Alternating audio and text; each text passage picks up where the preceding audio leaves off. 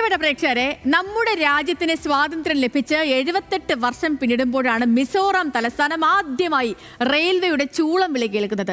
എങ്ങും മലകൾ മാത്രം നിറഞ്ഞ സംസ്ഥാനത്തെ സമതലമാക്കി പാളം നിർമ്മിച്ച ഇന്ത്യൻ റെയിൽവേയുടെ ആ എഞ്ചിനീയറിംഗ് വൈദഗ്ധ്യം.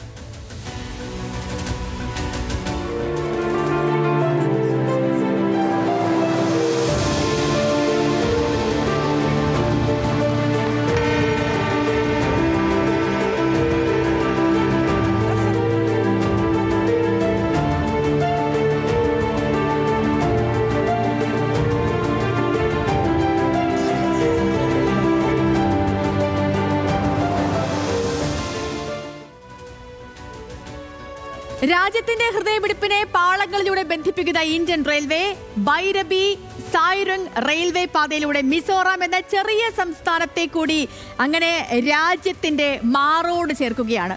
11 വർഷം കൊണ്ടാണ് 52 കിലോമീറ്റർ നീളത്തിൽ ഈ പദ്ധതി പൂർത്തിയാക്കിയത്. ഇനി രാജ്യത്തിന്റെ ഏത് കോണിൽ നിന്നും മിസോറാമിന്റെ തലസ്ഥാനമായ ഐസ്വാളിലേക്കും തിരിച്ചും ട്രെയിനുകളിലെത്താം. ചോദ്യം ഇതാണ്: ട്രാക്കിലായി മിസോറാം.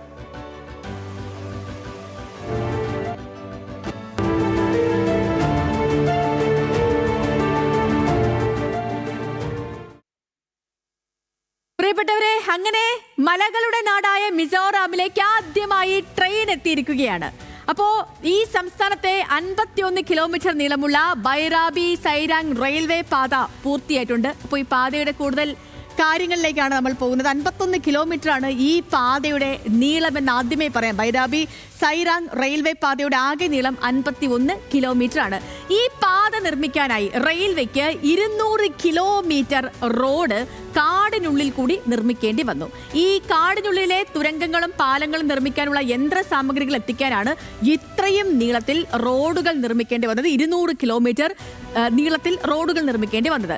ഇനി എത്രയാണ് ഇതിന്റെ കാലാവധി എന്ന് ചോദിച്ചാൽ, എത്ര നാളെടുത്തു എന്ന് ചോദിച്ചാൽ, 10 വർഷം നീണ്ട ശ്രമത്തിനൊടുവിലാണ് നമ്മൾ ഈ കാണുന്ന ബൈറാബി അതേപോലെ സൈരാങ് റെയിൽപാത പൂർത്തിയായത്. റെയിൽവേയുടെ എഞ്ചിനീയറിംഗ് വിസ്മയമായി മാറിയ പാതയുടെ പകുതി ദൂരത്തിലേറെയും പാലങ്ങളും തുരങ്കങ്ങളുമാണ്. ഒറ്റപ്പെട്ട മറ്റ് വടക്ക് കിഴക്കൻ സംസ്ഥാനങ്ങളിലേക്ക് കൂടി ട്രെയിനുകൾ എത്തിക്കാനുള്ള പദ്ധതിക്ക് ഊർജം പകരുന്നതാണ് നമ്മൾ ഈ കാണുന്ന ബൈറാബി സൈരാങ് പാതയുടെ നിർമ്മാണം എന്ന് പറയുന്നത്. റെയിൽപാതയുടെ അലൈൻമെന്റ് കടന്നു പോകുന്ന ഭൂരിഭാഗം സ്ഥലങ്ങളും റോഡ് ബന്ധമില്ലാത്തതായിരുന്നു. അതുകൊണ്ട് തന്നെ ഈ നിർമ്മാണ സ്ഥലത്തേക്ക് പാലങ്ങളും അതേപോലെ തുരങ്കങ്ങളും നിർമ്മിക്കാനുള്ള അത്യാധുനിക ഉപകരണങ്ങൾ എത്തിക്കുക എന്തായിരുന്നു പ്രധാനപ്പെട്ട വെല്ലുവിളി ഇവർ നേരിട്ടത്. തുടർന്ന് പുതിയ റോഡുകളൊക്കെ നിർമ്മിച്ച് നദിക്കരകളിലേക്കും കുന്നിൻ മുകളിലേക്കും യന്ത്രങ്ങൾ എത്തിക്കുകയായിരുന്നു. പിന്നീട് മറ്റൊരു കാര്യം, യാതൊരു സൗകര്യവുമില്ലാത്ത കാടുകളിലേക്ക് ജോലിക്കെത്താൻ ആദ്യഘട്ടത്തിൽ തൊഴിലാളികൾ മടിച്ചതും ഈ പദ്ധതി നേരിട്ട പ്രധാനപ്പെട്ട വെല്ലുവിളികളിൽ ഒന്നാണ്. മിസോറാമിന്റെ തലസ്ഥാനമായ ഐസ്വാളിലേക്കും ആദ്യമായാണ് ഇങ്ങനെ ട്രെയിനുകൾ എത്തിയിരിക്കുന്നത്. താഴ്വരകളെയും മറ്റും ബന്ധിപ്പിക്കുക എന്നത് വലിയ വെല്ലുവിളിയായിരുന്നു. അങ്ങനെയാണ് ഈ തുരങ്കങ്ങളും സമാന്തരമായി പാലങ്ങളും ഒക്കെയും തീർത്ത് ആ വെല്ലുവിളികളെ റെയിൽവേ മറികടന്നത്. നമുക്ക് ഇനി ഈ പദ്ധതിയുടെ നാൾ വഴികൾ കൂടി ഒന്ന് പരിശോധിക്കാം. നാൾ വഴി പരിശോധിച്ചാൽ 2014 പദ്ധതി ആദ്യമായി ആരംഭിക്കുന്നത്. തന്നെ ഓരോ വർഷവും 4 മാസം മാത്രമാണ് പണി നടന്നത് എന്നാണ് വടക്കു കിഴക്കൻ ഫ്രണ്ടിയർ റെയിൽവേ അധികൃതർ തന്നെ ചൂണ്ടിക്കാട്ടുന്നത്. ഇതിനൊക്കെ പുറമെ ഈ മഴയും മണ്ണിടിച്ചിലും ഒക്കെ അങ്ങനെ പ്രതികൂല കാലാവസ്ഥ വലിയ തടസ്സമായിരുന്നു. ഈ പദ്ധതി പെട്ടെന്ന് പൂർത്തിയാക്കാൻ വലിയ തടസ്സമായിരുന്നു.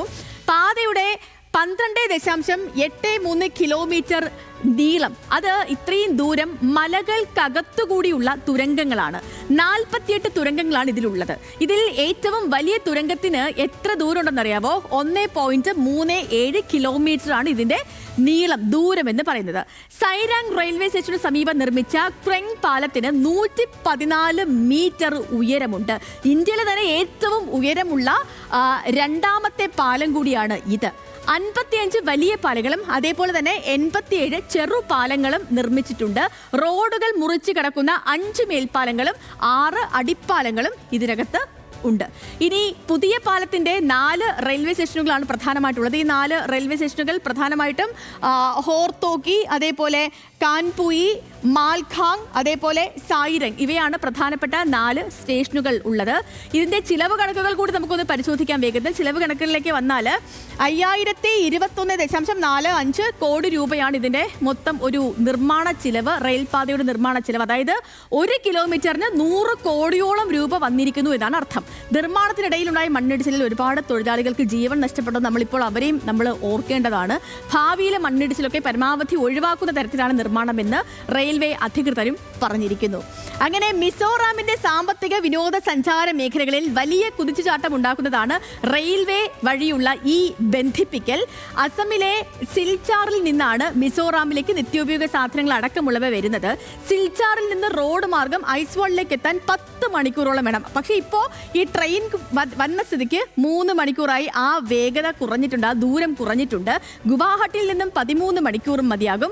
റോഡ് മാർഗം ഇനി ഗുവാഹട്ടിയിൽ നിന്നുള്ള യാത്രാ ദൂരം 24 മണിക്കൂറാണ്. 24 മണിക്കൂറാണ് 10 മണിക്കൂറായി കുറഞ്ഞിരിക്കുന്നത്. റെയിൽവേ വരുന്നതോടുകൂടി ഈ ചരക്കു നീക്കം കൂടുതൽ സുഗമമാവുകയും അതേപോലെ തന്നെ കൂടുതൽ വിനോദസഞ്ചാരികൾ എത്തും എന്നൊക്കെയാണ് പ്രതീക്ഷിക്കപ്പെടുന്നത്.